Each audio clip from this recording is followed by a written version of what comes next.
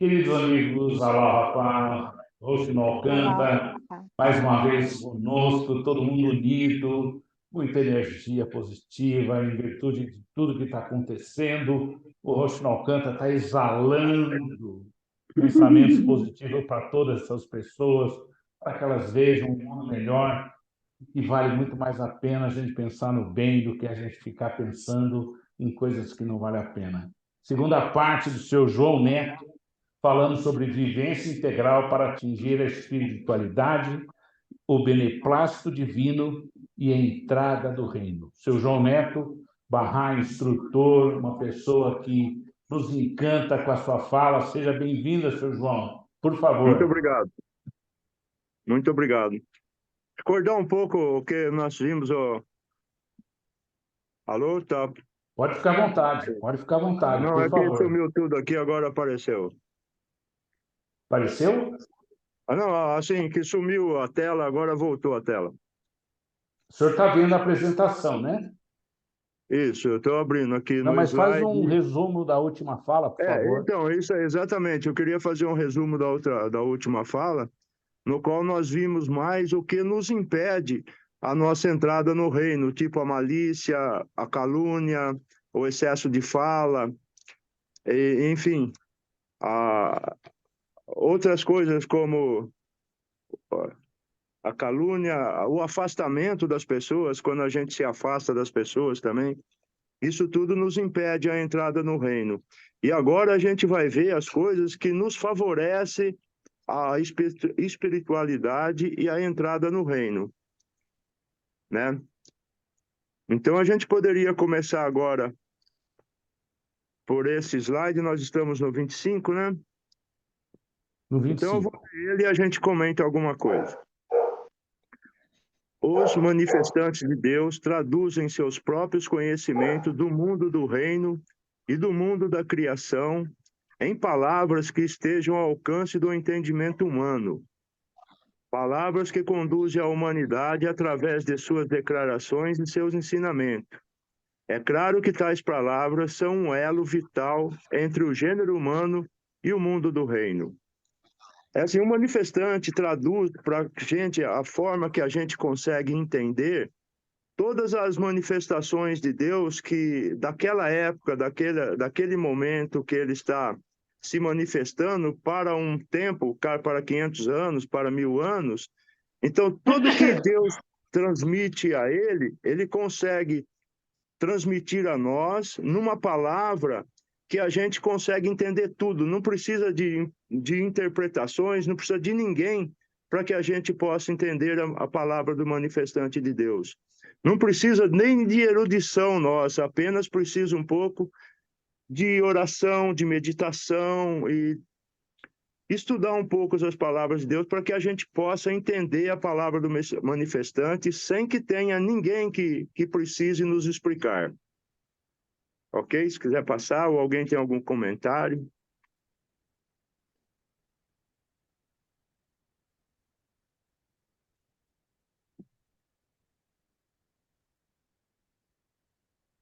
Portanto, a devotada leitura ou entoação de orações, especialmente reveladas pelos manifestantes de Deus, representa um meio através do qual é possível obter aquelas forças espirituais necessárias para atingir as metas espirituais. A meditação sobre os escritos sagrados possui um sentido muito similar ao das orações. Através dessa importante prática, pode-se alcançar um entendimento mais profundo das verdades neles contidas, para que possam ser finalmente espalhadas na vida diária. Através do estudo dos escritos sagrados, uma prática que implica uma atividade mental almejando a compreensão de seus conteúdos, pode-se obter um conhecimento mais aprofundado dos escritos e ensinamentos, para que possam ser mais facilmente transmitidos, né? Então, é assim, quanto mais nós estudamos, mais fácil fica para a gente ensinar a palavra de Deus E mais fácil fica para a gente o entendimento da gente também, que quanto mais a gente vai treinando nos estudos, na leitura das palavras sagradas, mais nós vamos nos treinando a entender o que está escrito na palavra, entender se aprofundar no oceano de suas palavras. Então, é uma prática diária a meditação que nos leva à entrada do reino, a meditação, a oração, e o ensino é fundamental também. Podemos passar? Vai ter um slide repetido, acho que é 32 e 34. Ensinar a fé é visto nos textos barrais como o mais meritório de todos os atos. Através dessa atividade são cumpridos muitos propósitos espirituais. Antes de tudo, ensinar a fé é visto como uma atividade que almeja aproximar uma alma de Deus e assim a si mesma. O manifestante de Deus espalha todos os atributos de Deus. São fontes de todas as graças emergidas por Deus à humanidade. Não existe maior meta para o homem do que almejar reconhecê-lo e expor-se à sua influência vivificadora. Poderia ser concedida maior dádiva à alma do que a assistência no reconhecimento de tão exaltado ser? Então, é assim, ao ensinar a fé, a gente, através do ensino, a gente acha que aprende mais do que ensinando. Porque se nós não só lermos e meditar e não ensinar, fica vago o nosso aprendizado, que o nosso aprendizado só se concretiza quando a gente consegue ensinar aquilo que aprendeu. E a gente só vai adquirir uma maior espiritualidade também através do ensinamento. Porque a leitura dos livros sagrados e a oração é uma obrigação sagrada, apesar de o ensino também ser. Mas o ensino nos possibilita a ter um conhecimento, a nos aprofundar, a nos imergir mais nas palavras de Deus, certo? Porque o ensino nos traz um entendimento muito maior, né, do que só apenas ler e meditar, certo? Então, assim, não só o ensino, que o ensino diz como o último parágrafo aqui, poderia ser concedida maior dádiva a uma alma do que a assistência no reconhecimento de tão exaltado ser. Quer dizer, o ensino é a assistência e o reconhecimento de tão exaltado ser. Então, o ensino é muito necessário para que a nossa meditação e a nossa oração seja mais ouvida por Deus. Podemos passar? Quem quer que reconheça o manifestante de Deus irá Ô, seu imediatamente... João, Oi? só um minutinho. O pessoal, quem tiver observações, que a fala do seu João é um pouquinho diferente de alguns outros amigos, pode pedir para ele e trocar essas Sim, impressões tranquilo, com ele mesmo. No caso, seu João, eu tenho ouvido bastante por aqui de que quando a gente no ensino, quando a comunidade não está ensinando, a gente não recebe as Não, graças e o não. beneplácito, que é tão importante, não vem. Então, Não vem exatamente. isso é O sério, né? entendimento, a Uhum. compreensão, o discernimento, o entendimento, a compreensão é facilitado através do ensino. Porque se a gente só ler e estudar e não fizer ensino, a gente não vai ter uma compreensão tão mais profunda quanto ensinando. Porque quando a gente vai ensinar, se a gente pedir a Bahá'u'lláh que nos guia, a gente vai falar coisas, às vezes, que a gente nem pensa que possa falar. A gente fala certas coisas que fala, nossa, eu falei isso. Mas realmente a inspiração não deixa de vir. O ensino, realmente, a falta do ensino fecha as portas das bênçãos. Quem quer que reconheça o manifestante de Deus, irá imediatamente colocar-se a seu serviço. Aliás, colocar-se a serviço de seu propósito primais, realizar a unidade do gênero humano.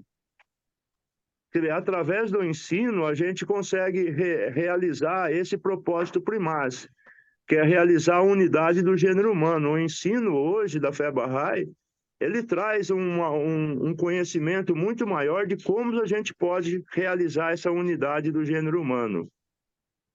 Portanto, quando os seguidores de Bahá'u'lláh ensinam a fé, eles cumprem outro dos mandamentos prescritos por ele: devotar todas as suas energias em atingir a unidade do gênero humano.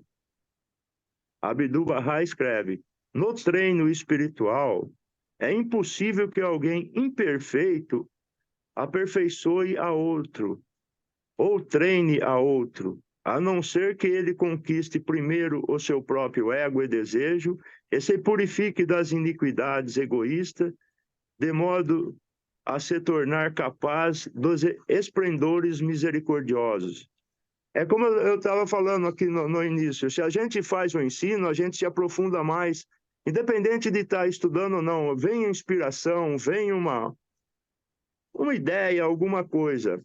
E aqui embaixo, Abdu'l-Bahá fala que se a gente não conquistar primeiro o nosso ego, a gente não vai conseguir conquistar as outras pessoas. A gente só pode conquistar as outras pessoas primeiro nos conquistando, primeiro nos matando o nosso ego, para que depois a gente possa... Só que assim, eu penso assim, para mim poder diminuir meu ego é só através do ensino e do estudo. Então é um negócio que acontece junto, acontece caminhando junto, o estudo, o ensino, a oração, o jejum, tudo vai acontecendo e vai fazendo com que a gente vai matando o nosso ego através do ensino. Podemos passar? Alguém quer falar alguma coisa? Aí, para nós ensinarmos, nós temos que ter uma série de coisas e treinarmos nessas coisas, que isso tudo depende de treino, de tato, de constância, de amor, que é a sabedoria, o tato, a consistência, a dignidade, a tolerância, a moderação, um bom caráter e ações santas, humildade, cortesia, amor, coragem, modéstia, paciência, sinceridade e outras virtudes. Sem essas virtudes, o nosso ensino torna muito fraquinho, a gente não consegue atingir o coração das pessoas. Porque Abdu'l-Bahá e Bahá'u'lláh falam, nós temos que ir de coração a coração, certo? É um processo que de coração a coração vai aumentando o amor, vai aumentando a capacidade de compreensão, vai aumentando a capacidade de discernimento e vai aumentando também a velocidade com que a gente possa compreender as coisas dos ensinamentos do manifestante. Então, para que a gente possa ensinar e ter êxito no ensino, a gente tem que nos preparar. E para preparar, a gente tem que ir matando o nosso ego devagarinho e sobrepujando ele. Podemos passar? Tem alguém querendo alguma coisa? Seu João, posso te fazer uma pergunta? Pode. Agora, nesses tempos que eu estou aqui em Santa Catarina, eu já participei em Curitiba, em outros lugares de estudo, de ensino, de muito trabalho para a fé. Eu, nesse momento aqui, eu estou sozinha. Eu estou me sentindo assim, como se eu estivesse em falta, me sentindo culpada porque não tenho feito ensino. Então, alguma coisa, alguma estratégia, quando a gente está sozinha, assim, num lugar, qual seria o primeiro passo que eu poderia dar para que alguma coisa pudesse acontecer de imediato? Eu acho que o primeiro passo é a oração. Sim. A oração e meditação. E assim, eu acho que você sozinha num lugar, antes de querer ensinar a fé, convida seus vizinhos para um momento de oração. Não precisa nem falar da fé, só convida para um momento de oração e você faz uma oração Bahá e deixa seu vizinho livre para fazer a oração que ele queira da religião dele, sem problema. E depois, a partir desses momentos, dessa reunião devocional, nem que seja só você mais uma pessoa, você vai conseguindo melhorar e conseguindo trazer mais outras pessoas. Mas eu acho que o importante tudo é você fazer alguma devocional, só você em algum vizinho, ou mais 2 vizinhos, né? que eu acho que nesse momento é só oração. E convidar as pessoas à oração. Ok, muito obrigada. Nada. Bahá'u'lláh escreve: rompei em meu nome os véus que lastimavelmente cegam vossa visão. Não vos deixeis ser envolvido nos véus densos de vossos desejos egoístas. E ademais, inteiramente por causa do bem-amado, queimai o véu do ego e da chama do fogo, com a chama do fogo imorredouro. Ele cita no Kitab Han 2 tradições islâmicas. A erudição é o mais lastimável véu entre o homem e seu Criador, e o mais lastimável de todos os véus é o véu da erudição. Eu vejo aqui que é o seguinte: quando a gente começa a estudar muito, e a gente é convidado muito para fazer uma live, para dar uma palestra, para fazer tudo, a gente tem que ter muito cuidado com a erudição, porque, de certa forma, a gente sente certo orgulho. E nós temos que fazer com que a humildade acompanhe a erudição. Quanto mais erudito formos, mais humilde temos que ser. Porque se a humildade não acompanhar a erudição, a gente corre sério risco. Então, assim, a humildade e a erudição, ao meu ver, caminham juntos. Erudição sem humildade já deixa muito, assim, egoístas, né? Deixa, assim, os véus, a gente como chama? A gente se cresce, né? Que Deus fala, criamos todo mundo do mesmo pó para que nem se enaltecesse. Exatamente. A erudição faz com que a gente se enalteça acima dos outros. Então, para que a gente tenha uma erudição que seja uma erudição benéfica, tem que ser acompanhada de muita humildade. Podemos passar ou tem alguém querendo falar alguma coisa? Eu queria perguntar uma coisa. Se por um lado é observado que todo mundo estude, que conheça bem a fé para que possa ensinar, então, qual é a diferença de meditação, estudar e erudição? Não digo que todos os Baha'is vão ser eruditos, mas se aqui diz que erudição não é uma coisa boa e a pessoa acha que faz só uma oração é suficiente, por que precisa aprender mais? Queria que explicasse um pouquinho melhor entre estudar e entender a fé em profundidade e erudição. Assim, quando a gente estuda e em profundidade estuda o conhecimento e adquire conhecimento da palavra do manifestante de Deus, é uma erudição, mas é uma erudição do sagrado, porque quando acompanha a humildade, você não tem orgulho da sua erudição, você não se enaltece pela sua erudição, pelo seu conhecimento. Essa erudição, ela é saudável, ela é sagrada, ela é do sagrado. Mas quando você adquire essa mesma erudição e ela te traz orgulho, te traz soberba, te traz, se você acha que é melhor que os outros porque aprendeu mais, porque tem mais feitos, inclusive feitos também, eu acho que faz parte da erudição. A pessoa acha que fez isso, fez aquilo, fez aquele outro, e tem orgulho sobre tudo aquilo que fez. Então, quanto mais a gente faz e quanto mais a gente estuda, mais humilde nós temos que ser.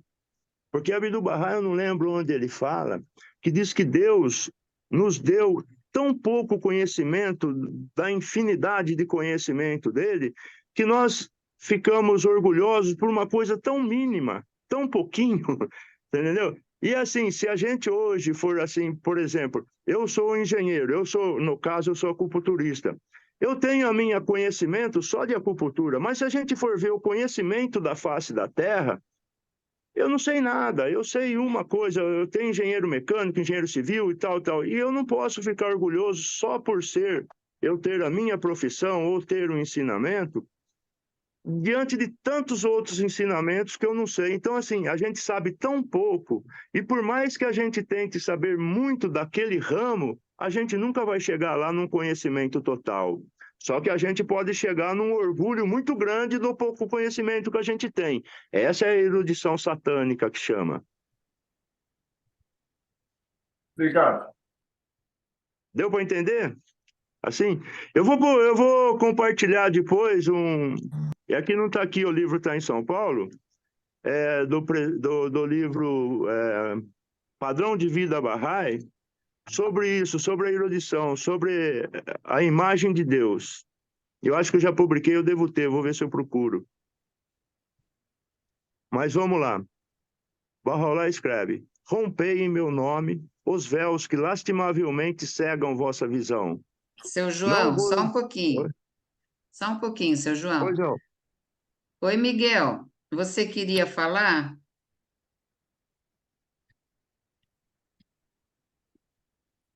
Ele está sem a câmera, mas ele tinha. Ele ergueu. Nesse caso, se alguém puder me ajudar também, desculpa, seu João. Tudo bem. Acho que a questão aí essas admoestações de Bahá'u'lláh, até porque está ali no Kitab Han, a gente sabe que ele estava falando desse orgulho do mundo islâmico, né, dos sacerdotes islâmicos, né? E acho que o maior véu aí, no caso, para qualquer um que seja, erudito ou não, é não ter a humildade e a felicidade de reconhecer o manifestante no seu dia. Sim, Então, a erudição, o conhecimento, se a gente vai aprendendo, apreendendo, a gente tem que colocar porque isso aí também a gente pode chamar de capacitação. Então, toda a nossa capacitação ao longo da vida, a gente deve colocá-la à disposição do outro, da humanidade, por amor a Deus, não é isso que fala em exato. muitas passagens?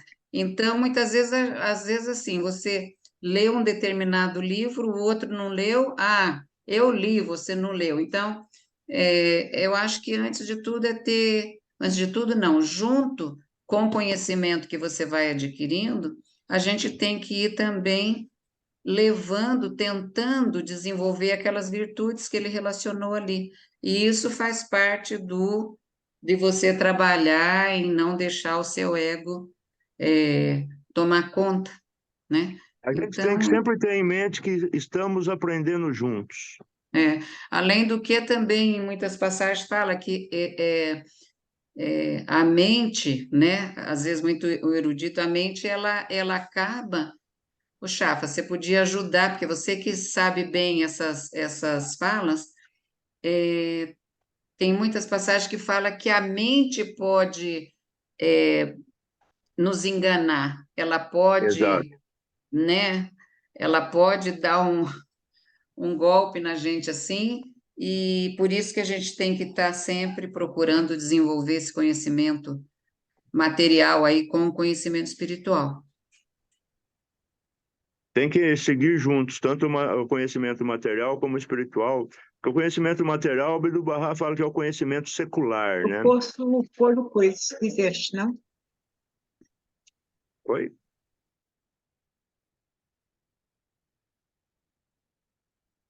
A Graça falou. Oi, Graça, você pode repetir? Não, estava a falar com a minha filha. Esqueci-me que Ah, tinha o tá bom. micro ligado. Tá bom. Desculpem. Não, imagina. Então, virar o slide, o próximo.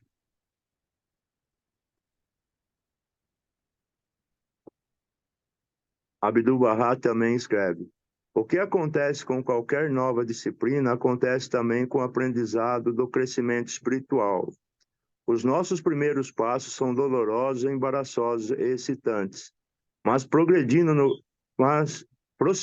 no progresso, adquirimos experiência. Tem uma coisinha aqui na frente, não estou conseguindo. O ritmo do progresso acelera à medida que avançamos, porque não estamos apenas progredindo, mas também aperfeiçoando nossa aptidão de progredir. Isso também eu acho que a gente aperfeiçoa muito a nossa aptidão de progredir no avanço do conhecimento quando a gente adquire conhecimento e humildade junto. Porque sem a humildade, a gente não vai conseguir adquirir um conhecimento e passar esse conhecimento, porque com orgulho a gente não consegue fazer nada. E assim, esse tipo de erudição que nós estamos conversando aqui é uma erudição para que você, uma erudição, capacitação para que você possa ensinar a fé e ser humilde perante as pessoas que você está ensinando, porque elas têm que aprender junto com a gente e nós aprender com elas também. Porque por mais que a pessoa não tenha erudição, não tenha nada, ela sempre tem alguma coisa para nos ensinar, é só a gente prestar atenção. Alguém quer falar alguma coisa?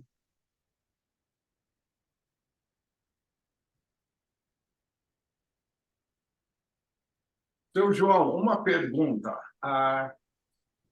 Aprender a ser erudito, erudição, é coisa nato ou é adquirida? A minha pergunta é isso: a pessoa já nasce com esta aptidão de ser um bom professor, ser um bom explicador das coisas, tudo. Ele tem esta natureza, porque muita gente não consegue nem abrir a boca. Não é que não conheça, mas fica temeroso de falar. Então, o que a gente está vendo, inclusive, nesses textos aqui, que a gente nasce, tanto espiritual como material, como no material, no nosso corpo, com a potencialidade de vir a ser. A gente nasce com a potencialidade de chegar a 2 metros de altura, 1,80 m de altura. A gente nasce com a potencialidade de falar. E também do lado espiritual, nós nascemos com a potencialidade de aprender. Então, nós temos todas as condições de aprender aquilo que nós queremos. Basta lutar para isso, se dedicar, estudar bastante, porque nenhuma erudição vem do nada, assim, tem que ter um esforço. Certo? Foi assim, deu. Ótimo. Então, se a gente realmente nasce com aptidão para tudo. A gente nasce assim com a possibilidade de vir a ser, certo? De vir a ser uma pessoa espiritualizada, de vir a ser um engenheiro, de vir a ser um poliglota, de vir a ser. Basta o nosso esforço.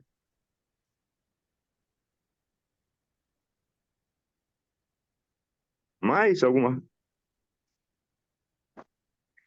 Abdul Bahá'u'lláh escreve: rompei em meu nome os véus que lastimavelmente cega a vossa visão. Não vos deixeis ser envolvido nos véus densos de vossos desejos egoístas. Acho que isso nós já lemos. E há demais. Inteiramente por causa do bem-amado, queimar o véu do ego com a chama do fogo imorredouro. Ele cita no Kitab Han 2 tradições islâmicas. Aí nós já lemos essa erudição. Então, essa erudição que a gente está falando, que às vezes nos textos sagrados chama de erudição satânica, e não uma erudição sagrada, e sim satânica. Podemos mudar esse slide?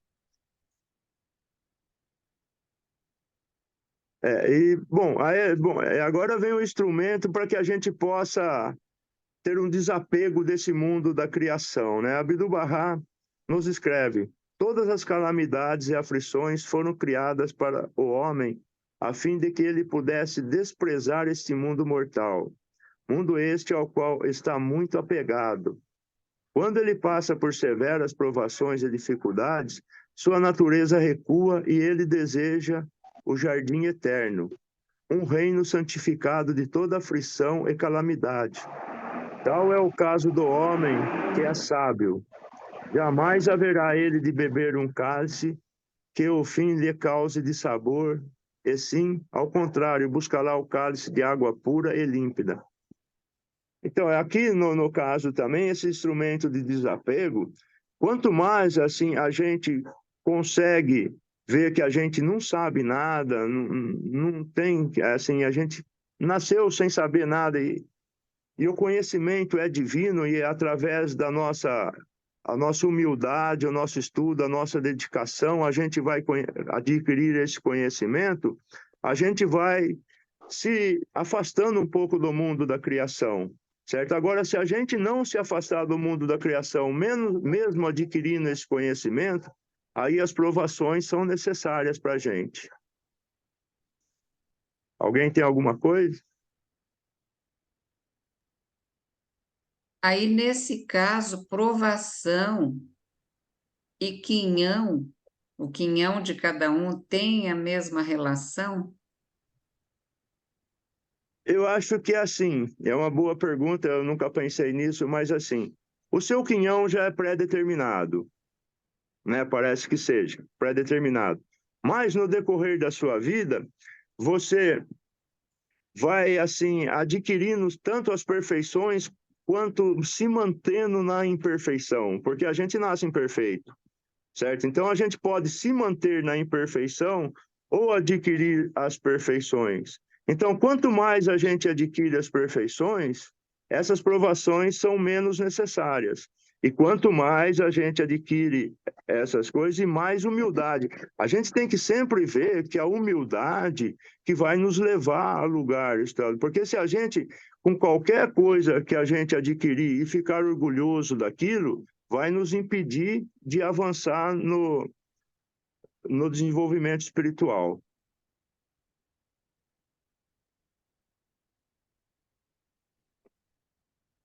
Abdu'l-Bahá admoesta o homem de forma que não siga seu impulso natural, mas mantenha controle sobre seus atos mediante a luz dos preceitos e exemplo por eles, os manifestantes trazido, e que deve fazer aquilo que parece digno à razão e ao julgamento do intelecto, mesmo que seja oposto à inclinação humana natural.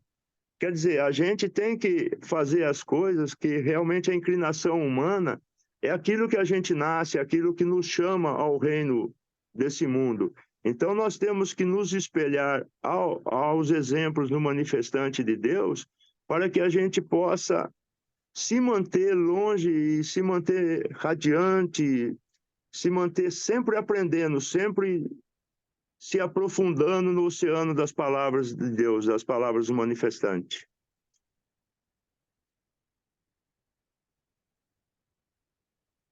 Mais alguma? Diz Abdu'l-Bahá que o processo espiritual é concedido pelos sopros do Espírito Santo. É o despertar da alma consciente do homem para perceber a realidade divina. Uma vez que essa transformação aproxima o homem de Deus, trata-se de um processo essencialmente místico. Contudo, desenvolve-se apenas por meio de um esforço diário no mundo e não fugindo dele. Quer dizer que a gente tem que viver nesse mundo com todos os seus aspesares, com tudo. É tipo assim, entrar na água e não se molhar, entrar no fogo e não se queimar. Mas a gente não pode fugir dessas coisas do mundo. A gente tem que enfrentar essas coisas do mundo para que a gente possa passar por elas sem se apegar a elas, né? É um esforço diário, mas a gente tem que passar por esse esforço e não fugir disso. Não se enclausurar como os muitos monges, não ficar tentando, mas a gente tem que se unir, se unir para participar do mundo e não estar no mundo. Seria mais ou menos isso. Alguém tem alguma coisa?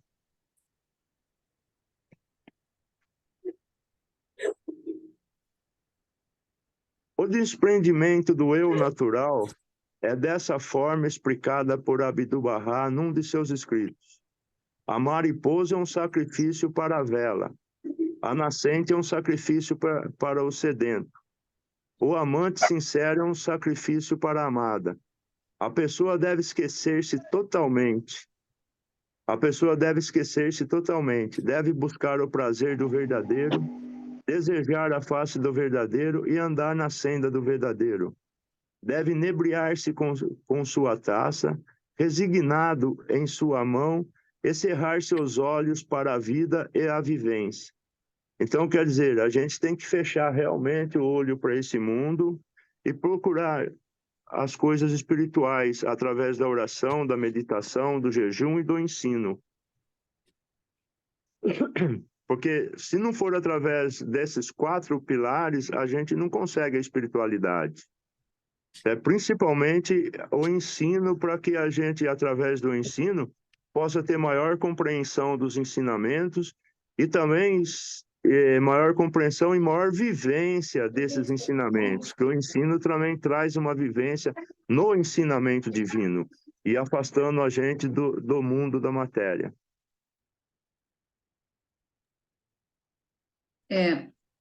Essa palavra sacrifício, para nós que já estudamos isso, ela ainda ela bate forte, né? Dá a impressão que é algo muito pesado para a gente levar, né? Agora imagina para quem não tem ou não estuda ou não tem a visão a partir dessa definição do que seja sacrifício, né? Visão Bahá'í, né? Do que seja sacrifício. E no fundo, eu acredito, seu João, que esses ensinamentos, e quando diz que o autossacrifício por uma causa universal, no nosso caso, é um autossacrifício do bem, da paz, e é individual para que ele reverbere e se transforme no autossacrifício da coletividade, no sentido de que a gente leve avante realmente um novo jeito de ser, um novo jeito de fazer as coisas, uma nova sociedade e estar no processo de construção de uma nova sociedade, como a Casa de Justiça vem dizendo para a gente. Então, no fundo, a gente precisa parar de ter medo da palavra sacrifício, né? Porque no passado ela significou tantas outras coisas que não eram tão boas, ou porque a humanidade também não compreendeu o que foi dito, e isso acaba sendo assim, eu estou fazendo isso de uma maneira tão tranquila, tão plena, tão calma, que as coisas acabam, uma coisa passa pela outra, isso se envolve uma com a outra e fica natural. Então você vai vivendo de uma forma natural sem que isso represente um peso, um sobrepeso. Eu imagino que seja isso Olha, que mais para Bahá'u'lláh e frente, Abdu'l-Bahá esteja mais para dizendo para a frente vai gente. dizer, mais para frente tem algum texto, eu não sei se eu lembro se já passou, que diz que esse sacrifício é apenas o início. Quando a gente, no princípio que a gente começa a tentar se afastar do mundo da matéria e volver ao reino, a gente vai ter o sacrifício da perda desse apego ao mundo da matéria. Mas quando a gente chega e consegue vislumbrar o mundo do reino, esse sacrifício se torna em glória, em prazer, em amor, certo? É um sacrifício assim de início, podemos dizer, de início, mas ele vai chegar em um ponto que não é mais sacrifício. Aí seria até um prazer, uma bênção, por a gente passar, conseguir deixar as coisas, esse apego às coisas da terra e volver-se às coisas do reino. Aí esse sacrifício é só esse início, depois já deixa de ser um sacrifício. Uma observação eu queria fazer, quando se inicia a fé, não podemos falar muito de sacrifício, talvez, porque isso assusta. Por exemplo, para mim, um pioneiro que sai do seu país, vai para ensinar a fé em outro país, ou sai de sua cidade, vai para outra cidade, tudo isso é sacrifício. Quando ele contribui para a causa com pouco dinheiro, talvez, aquele que possa vir a faltar para a vida terrena dele, mas mesmo assim faz sacrifício. Mas quando a gente fala para os contatos que os Bahá'ís do Irã são perseguidos, que são presos, que são mortos, não sei o quê, aí assusta. Eu vi gente que até pergunta, e aqui no Brasil também perseguem os Bahá'ís, que se a pessoa é brasileira, não quer ser Bahá'í, daqui a pouco vai ser preso. Eu queria Então, partilhar convosco. Sim, Só uma coisa pequenina. O que eu aprendi sobre o sacrifício aqui há uns anos. Sacrifício significa sacrum facer, ou seja, fazer o sagrado. exatamente, fazer o sagrado. Porque quando a gente começa a fazer o sagrado, fica tão bom, tão gostoso, que a gente não se sente como um sacrifício. Não. A gente se sente até verdade. como uma ajuda ao reino, ajuda ao caminho, para a gente trilhar o caminho do reino, porque assim, esse princípio de sacrifício vai fazer com que a gente apegue mais, a gente tenha mais amor, apegue mais as coisas do reino, né? Não as coisas do mundo. E a gente tenha mais amor, tanto amor a si próprio, para que não faça as coisas que possa afastar nós do caminho do reino, como amor às pessoas que estão ao nosso redor e amor à humanidade. Chafa, você queria falar alguma coisa?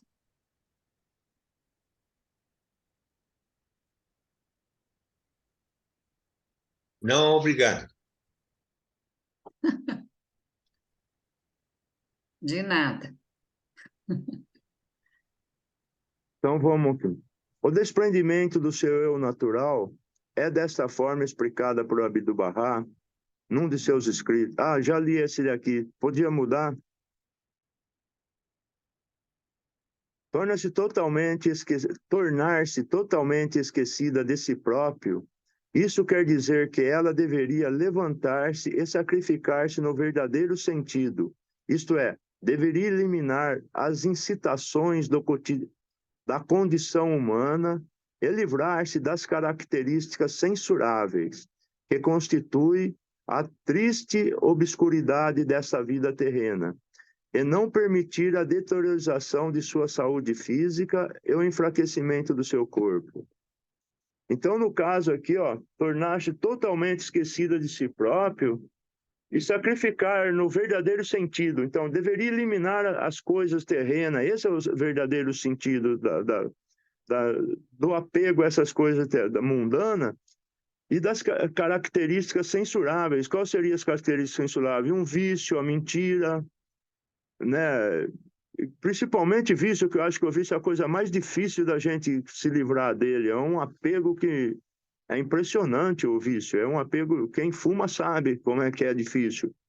Então, assim, quem conseguir largar só de fumar já deve ser uma bênção, né? Nossa, deve ser uma alegria demais para quem fuma. E um dia eu parei de fumar, deve ser uma alegria, certo? Então, esse é o verdadeiro sentido do sacrifício.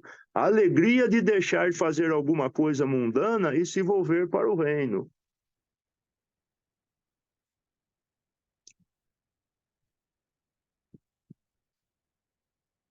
Abdu'l-Bahá cita, já voltou. Abdu'l-Bahá cita a metáfora do ferro que rescalda. À medida que vai aquecendo, perde suas qualidades de opacidade, frieza, solidez e torna-se suave, vermelho, vivo, luminoso como fogo. Assim sendo, quando as almas se libertam dos grilhões do mundo, das imperfeições do gênero humano, da escuridão materialista e avançam para o reino do desapego, havendo compartilhado um copioso jorro do ilimitado e adquirindo as perfeições do Senhor, serão resgatadas do sol da verdade, querendo rapidamente chegar ao altar do coração e da alma. Então a gente tem que ser igual o ferro. Quando o fogo das provações talvez a gente tem que perder a nossa orgulho, a nossa soberba, o nosso apego a este mundo e ser maleável às coisas do reino, se voltar às coisas do reino, né? Perder aquela frieza desse mundo e se voltar ao amor do reino. Mais ou menos é isso que eu entendo desse versículo. Se alguém tiver alguma coisa. Que os grilhões desse mundo nos prendem muito. A gente prende nos grilhões desse mundo. Por exemplo, se você tem uma empresa, alguma coisa, você jamais vai de manhã cedo perder meia hora de oração. Porque você levanta pensando, nossa, minha empresa, e já vai correndo para o trabalho e tudo. E o certo do Bahá'í é levantar pensando primeiro em orar, depois em meditar um pouco e depois de trabalhar. Nem que essa coisa demore 10 minutos. mas até o alimento espiritual tem que vir antes do alimento material, do alimento físico.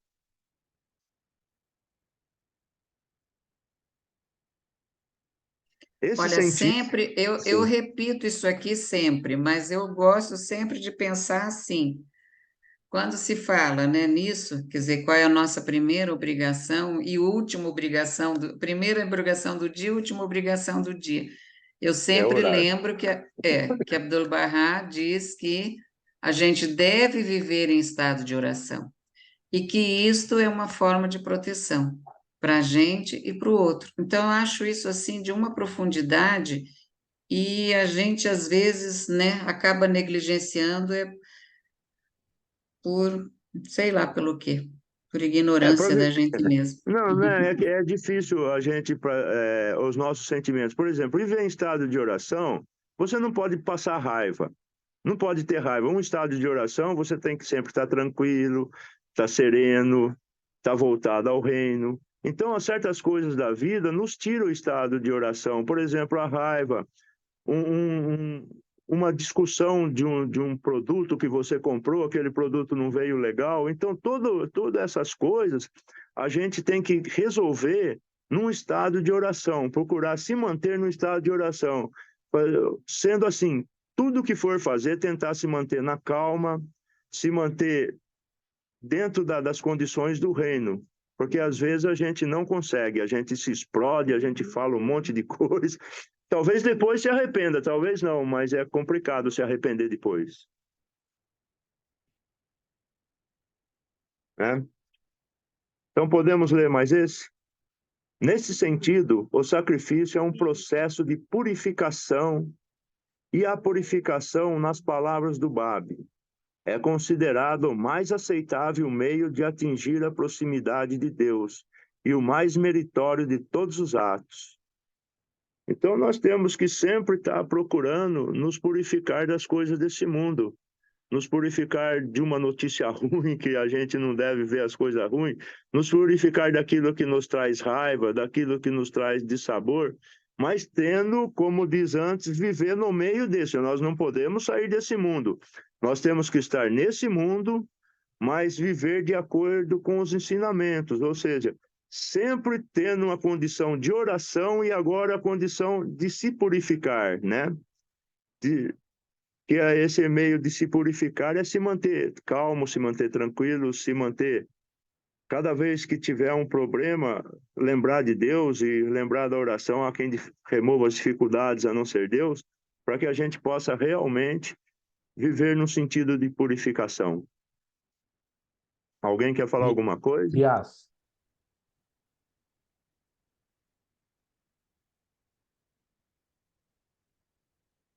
O microfone está fechado, Rias. Sim, obrigado. Meu português é bem fraco agora, mas vou tentar transmitir ou expressar algo.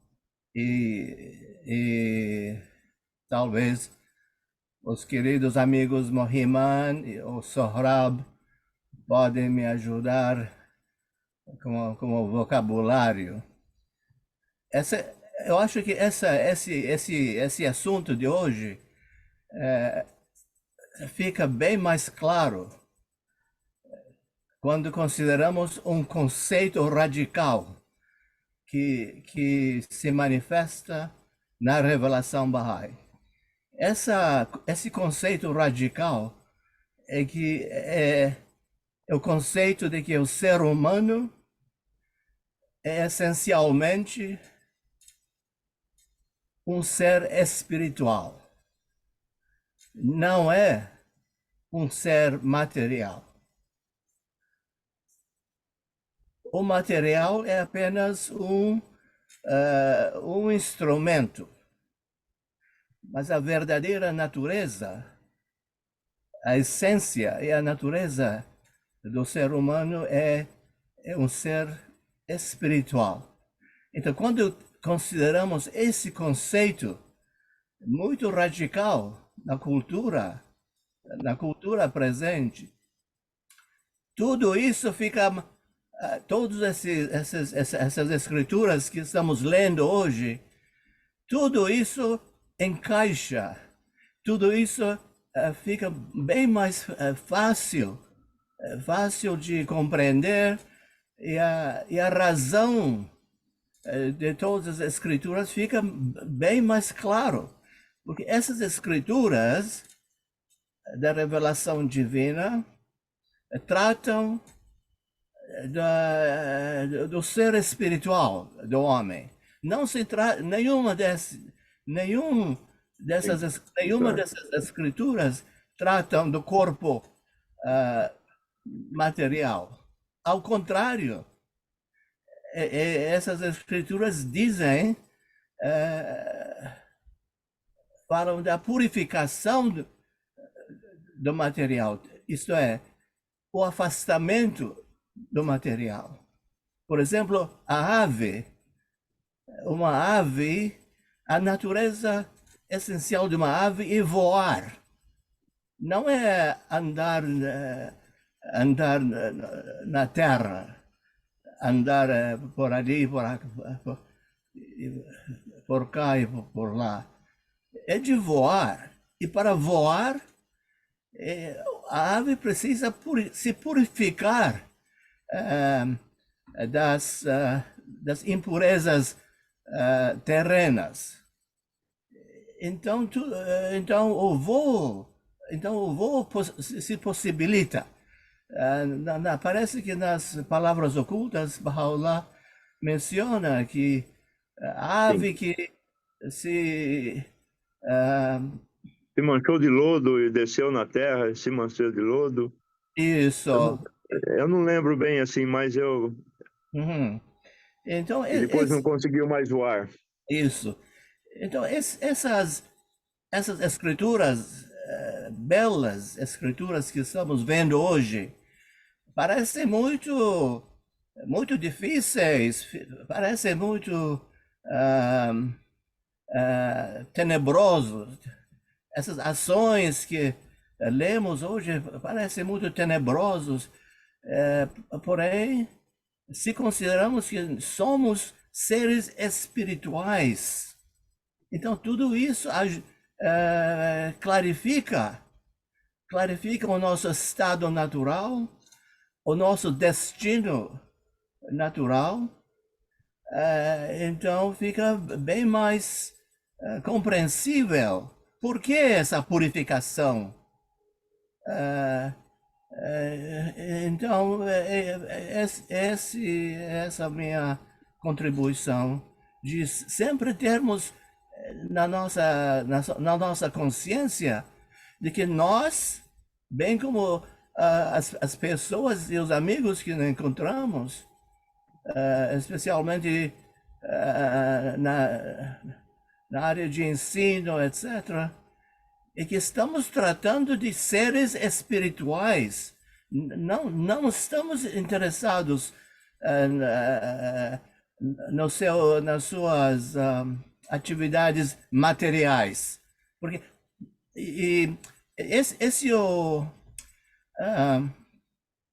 existe essa, como se diz? Conundrum em inglês. Existe essa estrutura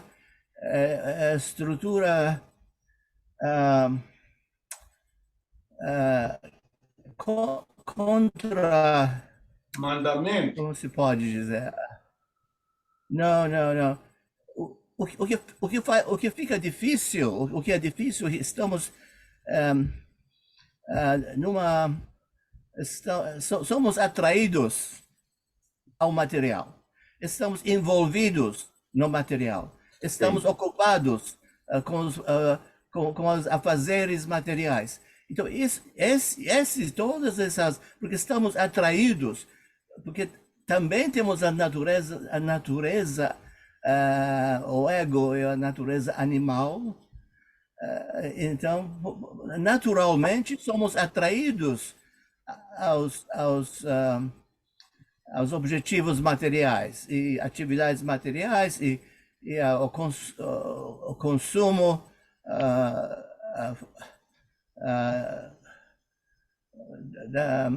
consumo material, etc., etc. Então, é uma Oi. luta. Essencialmente, estamos numa luta de purificação. Ok, obrigado. Então, Só um pouquinho, seu João. Isso que o Rias falou realmente é muito profundo, né? Então, quantas vezes a gente vai fazer algum estudo ou alguma palestra, tudo, então eu tenho visto muito e eu falo muito isso também. Eu acho que seria interessante para a gente compreender um pouco mais ainda. A gente diz que nós somos seres espirituais vivendo uma experiência humana. Então, daí, quando eu estou daqueles dias bem brava, eu falo, puxa vida, né? Mas precisava fazer, se somos seres espirituais, porque ele não deixou a gente lá naquele mundo mais, né, etéreo, né? Que a gente não precisasse estar de frente com tanta contradição. Então, porque às vezes a gente fala, e se é para uma pessoa que gosta demais né, acha que o material é o máximo, né? É difícil a gente ter esse tipo de conversa. Mas dá para entender isso, até que você falou, e está no texto também, nesse processo de purificação. Então, quer dizer, somos seres espirituais que precisamos vir até esse mundo tão contraditório para fazer a nossa prova, para depois retornar para esse mundo espiritual de uma forma mais purificada, mais elevada, mais. É não isso? vejo fazer nossa prova, eu não vejo assim fazer nossa prova. Nós viemos nesse mundo aqui para desenvolver as virtudes divinas. Nós viemos aqui para desenvolver a veracidade, o amor, a paciência, a tolerância, para desenvolver essas virtudes divinas. Não tem, assim, algo de provação, é só desenvolvimento. A gente veio aqui para desenvolver todas as virtudes divinas. E eu acho, assim, muito difícil que nós desenvolvamos todas essas virtudes divinas. Mas se a gente desenvolver pelo menos uma virtude, já está bom demais, já é coisa. Como diz, acho que foi o Tom, numa das palestras dele, ele falou para que a gente lesse palavras ocultas, eu não sei se foi o Tom, e depois lesse de novo as palavras ocultas. E se conseguisse se enquadrar dentro de uma só das palavras ocultas, já seria um passo espiritual muito grande. Então, veja, nós temos mais de 100 palavras ocultas, e a gente tentar enquadrar dentro de apenas uma, para que a gente possa ter uma espiritualidade melhor. Então, toda a passagem nossa por essa terra aqui é para desenvolver as qualidades divinas que está latente em nosso ser. E nós temos latente todas as qualidades divinas. Só que a primeira delas, eu acho que é a mais difícil, que é a veracidade, porque a gente está acostumado a dar uma mentirinha aqui, outra mentirinha ali, e é tão difícil quanto a gente vê, já teve uma mentira, fala, mas não é nada, é só mentira aqui, acabou a mentira ali, mas realmente, se a gente não desenvolver a primeira das virtudes, que é a veracidade, as outras virtudes, fica difícil, mais difícil, não é que não desenvolva, mas é mais difícil para se desenvolver. Penso assim.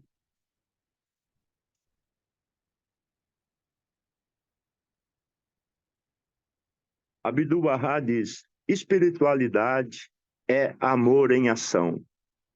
A dinâmica da transformação do homem, o primeiro passo para essa transformação é o reconhecimento do manifestante de Deus. O segundo é o amor de Deus, de seu manifestante. Esse amor é uma atração irresistível em direção às perfeições do mundo do reino, espelhadas no mundo pelo manifestante de Deus. Esse amor conduz a sua presa a uma submissão consciente e voluntária às leis reveladas pelo manifestante de Deus. Então, a espiritualidade quer dizer que é esse amor em ação. Em primeiro lugar, reconhecer o manifestante de Deus. Não tem como fugir disso. Porque se a gente não reconhece o manifestante de Deus, a gente não vai ter discernimento, não vai ter esclarecimento e não vai ter compreensão das palavras. Mesmo que seja dos manifestantes anteriores, não tem a compreensão, certo? E o segundo é o amor a Deus. Esse amor que vai fazer, o amor a Deus que vai fazer nós termos amor a todos os seres que estão à nossa volta e desenvolver esse amor por esses seres, a gente está desenvolvendo amor à humanidade. E é esse amor que vai fazer com que a gente possa se submeter conscientemente à vontade de Deus e às suas leis.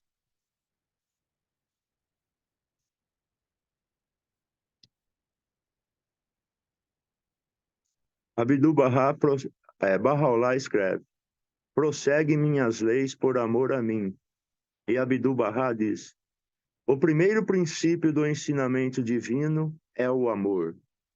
O amor é descrito como o motor principal do progresso de transformação. Deus é o imã, e a alma é o ferro que se vai atraindo mais e mais a ele. O amor também é descrito como fogo, capaz de queimar os véus do ego satânico, assim concedendo às almas a graça da visão interior e da semelhança a Deus. À medida que o homem, atraído pela força magnética do amor de Deus, se acerca a ele, queima no fogo desse amor os atributos imperfeitos do seu eu natural e mais vivamente se espelha o mundo dos atributos da divindade. Então, pelo esse amor que nós devemos desenvolver a Deus, por todos esses escritos que nós lemos hoje, nós temos que voltar ao espelho do nosso coração, ao mundo divino, ao mundo do reino, para que a gente possa refletir esses atributos, possa espelhar esses atributos aqui na Terra, mediante as nossas pessoas que nos cercam, que através do exemplo, nada mais que o exemplo é esse amor, é a manifestação desse amor em nós, eu penso assim. Porque esse amor queima o ego, esse amor queima os véus, e esse amor nos leva ao mundo do reino.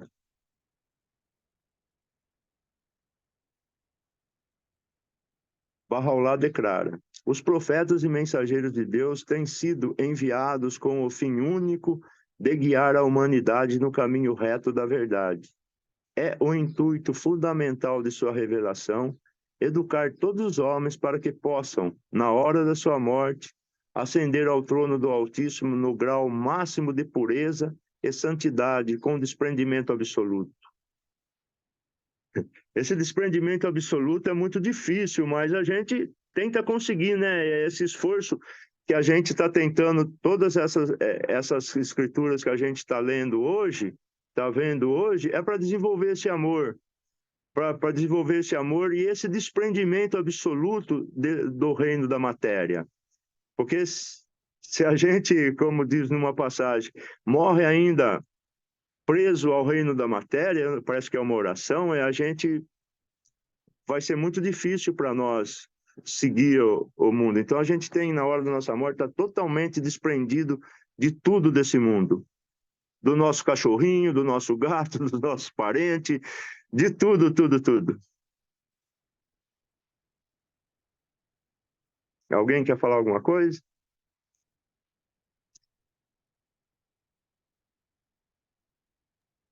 Olha, esse caminho não é muito fácil, né? Vamos Não, combinar. não é fácil. Mas olha, pelas escrituras, se a gente conseguir trilhar um pouquinho, acho que a satisfação é tão grande, é tão maravilhoso o sentimento que a gente consegue no início dessa trilha, que a gente vai começando assim, não é fácil, mas vai se tornando fácil, vai se tornando alegre, vai se tornando bom, porque possui um coração puro, bondoso e radiante, para que seja tua. Então é o seguinte, quanto mais puro e mais bondoso, quanto mais trilhar esse caminho, mais a gente vai tendo satisfação em trilhar esse caminho. Penso eu assim. Quando essa realidade divina prevalece sobre a realidade animal, as emoções naturais do eu natural, que são expressões do mundo da natureza, de onde nasce o corpo, abre caminho para as virtudes divinas e aparece a visão interior. É um poder de percepção espiritual inexistente em qualquer outro seres vivo no mundo. Quer dizer, aí vai dizendo que quanto mais a gente começa a trilhar esse caminho, que é difícil, o início desse caminho é muito difícil, a gente começar a olhar as coisas do reino e esquecer as coisas do mundo da matéria. Mas acho que um pouquinho que a gente trilha alguns passos nesse caminho vai nos levar a dar mais passos, vai ser mais fácil a gente trilhar esse caminho. Tem que começar a trilhar, não pode parar.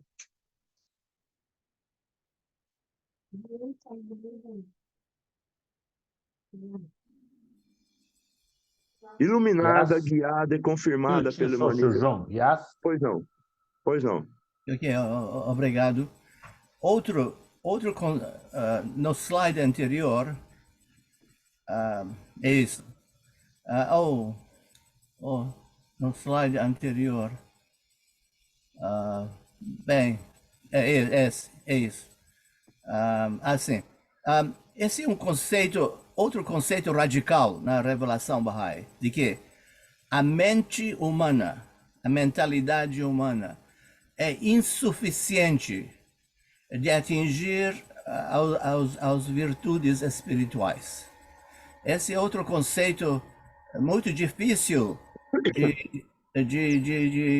de aceitar, de que a mente humana é insuficiente de atingir as condições espirituais. De modo que, se deixarmos somente a operação da mentalidade humana, o que acontece é que nos dirigimos à destruição da raça humana. Como estamos vendo hoje, em toda a história e até hoje, a tendência, as forças naturais do homem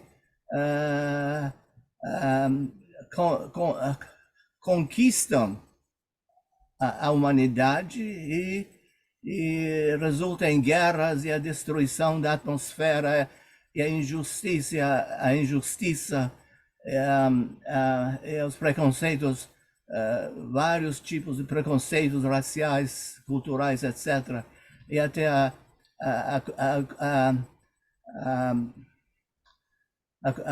fabricação e o acúmulo de ferramentas de guerra que são capazes de eliminar a raça humana do planeta. Essa é a tendência natural. É por isso que esse outro conceito radical é que, por isso é necessário que os manifestantes de Deus apareçam nesse mundo para nos introduzir aos conceitos espirituais, porque a mente humana é incapaz a mente humana é apegada a esse mundo. Também por isso ela é incapaz. A mente humana é um instrumento maravilhoso, descobre as invenções maravilhosas. A tecnologia de hoje é uma maravilha espantosa, porém não é capaz de salvar a própria existência do homem nesse planeta. Então, porque é insuficiente.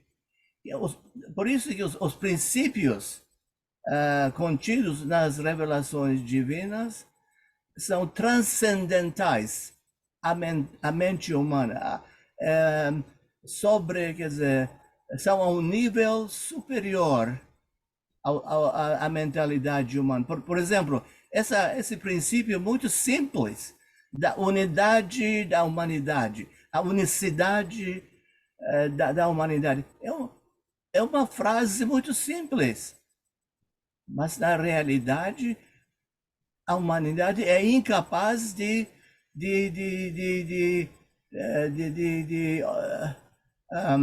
formular esse princípio, porque temos várias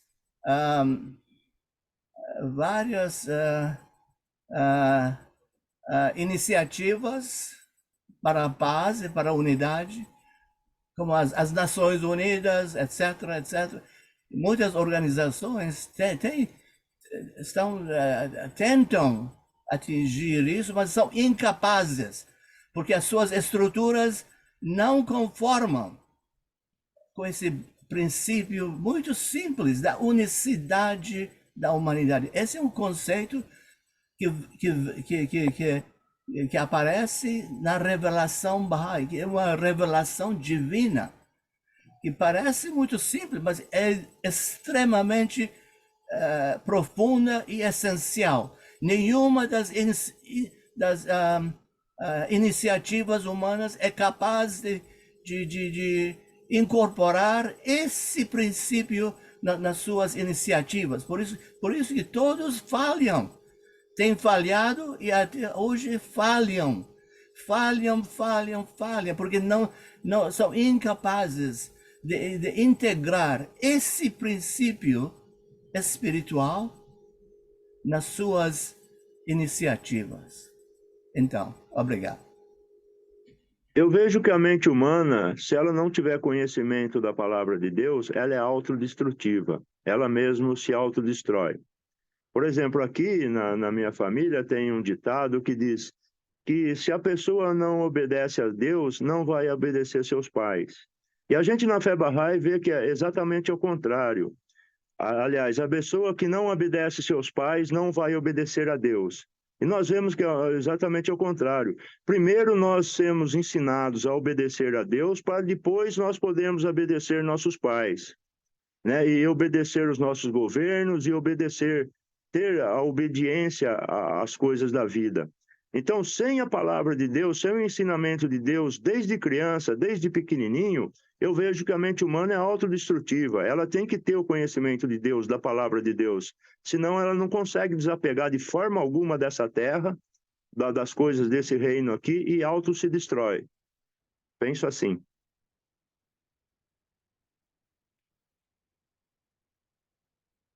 Alguma coisa mais? O próximo? Não, há pouco tempo, numa das nossas conversas, eu acho que foi com o Tom. Não, agora eu não lembro se foi com o Tom ou se foi com o Luiz Henrique. Não, tudo isso que o senhor está falando, não tem dúvida, é todo um ensinamento para a gente, né? Para a nossa evolução, para o desenvolvimento nosso, da nossa espiritualidade. Mas aí, como já foi falado assim, às vezes a gente começa a entrar com tanta coisa difícil da gente fazer e fácil da gente compreender por que as coisas estão acontecendo, as coisas ruins estão acontecendo no mundo, às vezes deixa a gente meio descrente ou desanimado, né? E aí um deles falou, gente, a transformação está acontecendo. Então, há muitas comunidades, então é só prestar atenção nas cartas da casa, que ela vem falando de comunidades que estão colocando realmente no seu dia a dia essas orientações e aplicando esse modo de vida, e eles estão ali transformando completamente. E não são poucas, são muitas pelo mundo. E então a gente tem que olhar para isso e recuperar essa esperança de que realmente essas orientações e esta fé vêm para transformar essa sociedade. A gente o que tem que fazer é se engajar e não Se entrar transformar muito também. se transformar e se engajar Então, e acreditar que realmente a gente vai revivificar, né, essa a humanidade que aí humanidade. está, porque isso é vontade de Deus, de Bahá'u'lláh, né, e dos anteriores também. Então, assim, só para lembrar, não vamos também nos desesperar, porque as coisas estão acontecendo, a gente precisa prestar atenção mais nas coisas boas também. Prestar atenção nas coisas que estão acontecendo nesse momento em que a gente vive. E tem uma palavra de escutas que diz, não deves, nenhum mal deves tu ver, ouvir ou falar, para que, então a gente não deve ouvir o mal, a gente procurar ver só o bem. Essa aqui é muito forte. E como esse bem está nessas comunidades que estão seguindo mais fielmente as orientações da casa, Da casa. né? Como elas estão se Exatamente. transformando e transformando ao seu redor, né? Para melhor, Sim. claro. Sim. Roselina. Oi, boa noite. Aqui já é boa noite. Muito boa essa palestra, tudo sobre os testes, sobre o sacrifício, né? Eu lembro que, não sei se é nos escritos de Shogefendi, que fala que os maiores testes vêm de dentro da própria comunidade, né? É os testes que a gente passa com os próprios irmãos barrais, né? Esse é o maior teste para nós. E eu penso assim que uma das coisas que é muito importante para criar unidade, criar amor entre os barrais é participar das festas de 19 dias. Porque nas festas de 19 dias que tem aquele espírito de unidade, sabe? Então, ali que a gente realmente aprende o que é o amor fraternal, o espírito de unidade. É uma coisa que eu penso muito sobre isso. E também eu estava pensando assim, sobre essa coisa do sacrifício e tudo, que, por exemplo, o ouro para brilhar tem que passar pelo fogo, né? E ninguém quer passar pelo fogo, eu não quero, né? Eu gostaria de poder brilhar sem passar pelo fogo. Eu lembro uma vez que um Bahá'í, a gente estava comentando sobre esses testes, né? Que muitas pessoas podem, de repente, deixar de ser Bahá'í, por exemplo, não acreditar mais, né? Pessoas que foram Bahá'ís mesmo. De repente, eles se afastaram de tal forma e não voltaram mais. E eu me lembro que eu falei assim, eu gostaria de ser testada. Daí esse Bahá'í disse assim para mim, nunca vou esquecer, nunca peça isso, nunca peça isso. Você pode ser testado severamente. Então é uma coisa que agora, assistindo a essa palestra tão boa, tão importante, me ocorreu isso. Então é isso, eu acho assim, eu gostaria de poder viver muitos anos ainda, porque eu sinto que eu ainda estou muito longe de desapego, de muita coisa, sabe? É isso. Obrigada. Roselene, eu me lembro que minha mãe, que era uma Bahá'í muito ativa e era professora de aula de criança, sempre dizia para os filhos: peçam a Deus que nunca ele venha testar vocês. Sim. Verdade. Rose, eu escrevi para você uma coisinha ali do que você falou, que você está muito longe do desapego. Tá nada, minha linda. A gente sabe o tanto que você trabalha na fé e pela fé. Acho que foi Abdu'l-Bahá que disse que quanto mais a gente reconhecer a nossa incapacidade e a nossa condição humana, que quanto mais a gente conhecer que a gente não é nada, é menos teste. Quanto mais orgulhoso a gente for, quanto mais a gente achar que é isso, é aquilo, aquele outro, é mais teste. Então, quanto mais humilde a gente for e se pôr no lugar de não ser nada, a gente não é nada aqui. De não ser nada, a gente vai ter menos teste. Não quer dizer que não vai ter, mas o teste é menor. Quanto mais humilde a gente for e quanto mais a gente ter certeza de não ser nada. Podemos ler esse outro aqui? Quando um homem estiver assim transformado, não há criatura mais heróica e mais destemida do que ele, porque ele atingiu o mais elevado desenvolvimento do homem, sua entrada no reino divino. Aqui jaz a sua glória, no conhecimento de Deus, nas suscetibilidades espirituais, em atingir os transcendentes poderes e as graças do Espírito Santo, em conhecer os ensinamentos de Deus. Então, o conhecer o ensinamento de Deus é uma das maiores graças e maiores dádivas que a gente pode ter, né? Que muita gente não conhece, não tem conhecimento da palavra de Deus. E se tem, às vezes é com muita arrogância, com muito eu, com muito egoísmo e não conhece além daquilo que ele sabe que aprendeu na infância.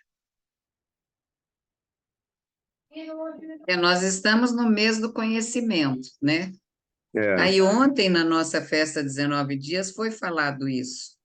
Às vezes, mesmo a gente como Bahá'í, tem no plano, naquela mensagem da Casa de Justiça, de 30 de dezembro de 21, que se refere ao plano de 9 anos, lá fala, citação acho que de Abdu'l-Bahá mesmo, quem é feliz transmite alegria e tal, e era motivo de consulta, o plano e tudo, e daí foi falado, e conversa, que a gente é feliz, né? E que nós somos felizes. Em alguns momentos, né, raros na vida, nós não estamos felizes. Mas o fato da gente ter sido agraciado de conhecer essa fé, de estar podendo reconhecer Bahá'u'lláh, ler as orientações, isso já é sinal de que nós somos felizes, mesmo com todas as diversidades. É claro que ninguém é de ferro e tem momentos que realmente a gente se sente, né? Às vezes até um pouco infeliz, mas na acepção da palavra, somos felizes só pelo fato de estarmos aqui conversando sobre a fé, sobre essa coisa tão Traz muita importante. felicidade, É. Nesse estágio, o espírito é iluminado pela luz de Deus e a reflete para todo o universo. Sua realidade é uma luz radiante no mundo da criação, uma fonte de vida, um agente construtivo nos infinitos campos da existência. A causa da iluminação deste mundo é como o espírito deste mundo, pois assim como o ânimo de vida vivifica o corpo físico do homem, o corpo do mundo será vivificado através das virtudes animadoras do espírito santificado do homem. Ele cumpre assim o propósito de sua criação, irradiar a luz divina e iluminar o mundo por meio de suas palavras, ações e vida. É muito difícil chegar nesse estágio, mas é um estágio que a gente, é a primeira palavra oculta, né? Possui um coração puro, radiante, para que seja a tua soberania antiga. Então, um coração puro emite luz, radia luz. Então, a gente deve ser uma luz radiante no mundo da criação, uma fonte de vida, um agente construtivo nos infinitos campos da existência. Muito bonito. E a gente tem que transmitir tudo isso, irradiar essa luz divina através de nossas palavras, ações e através da nossa vida, para que através do nosso exemplo as pessoas possam reconhecer a fé. Não só que através de nossas palavras não vai ser tão fácil as pessoas reconhecer a fé, mas através de nossos exemplos ela reconhece mais fácil. E é muito difícil dar um exemplo. É muito difícil, mas a gente, se Deus quiser, um dia chega lá para poder ser um pouquinho de exemplo. Não muito, um pouquinho. Já está bom. Alguém quer falar alguma coisa?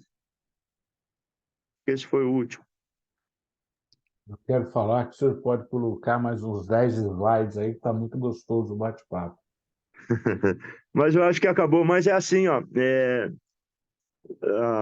Se a gente lutar muito para atingir essa espiritualidade, realmente a gente vai ver que esse caminho é muito prazeroso, é muito gostoso. Por exemplo, eu fiquei afastado um pouco da fé Bahá'í e quando eu voltei, o primeiro jejum que eu fiz, nossa, que maravilhoso foi. Foi um negócio assim, uma coisa inexplicável, né? Até eu encontrei, estou fazendo assim, eu já pedi para a Assembleia Nacional até consultar sobre um jejum fora de época.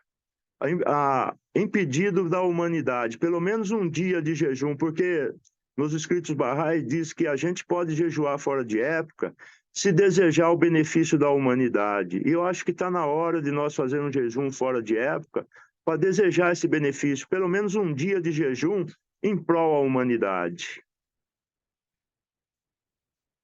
E é muito maravilhoso. Então, eu vi que o senhor colocou nos grupos.